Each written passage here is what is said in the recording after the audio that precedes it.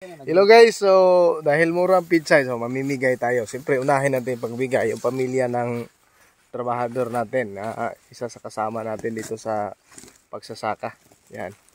So daghan-daghan na kanang mahurot ang tungas kartong tinapa ba.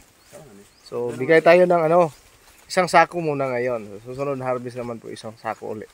So siyempre ito ay bibenta po natin para mayroon tayong pang dito, pang maintenance.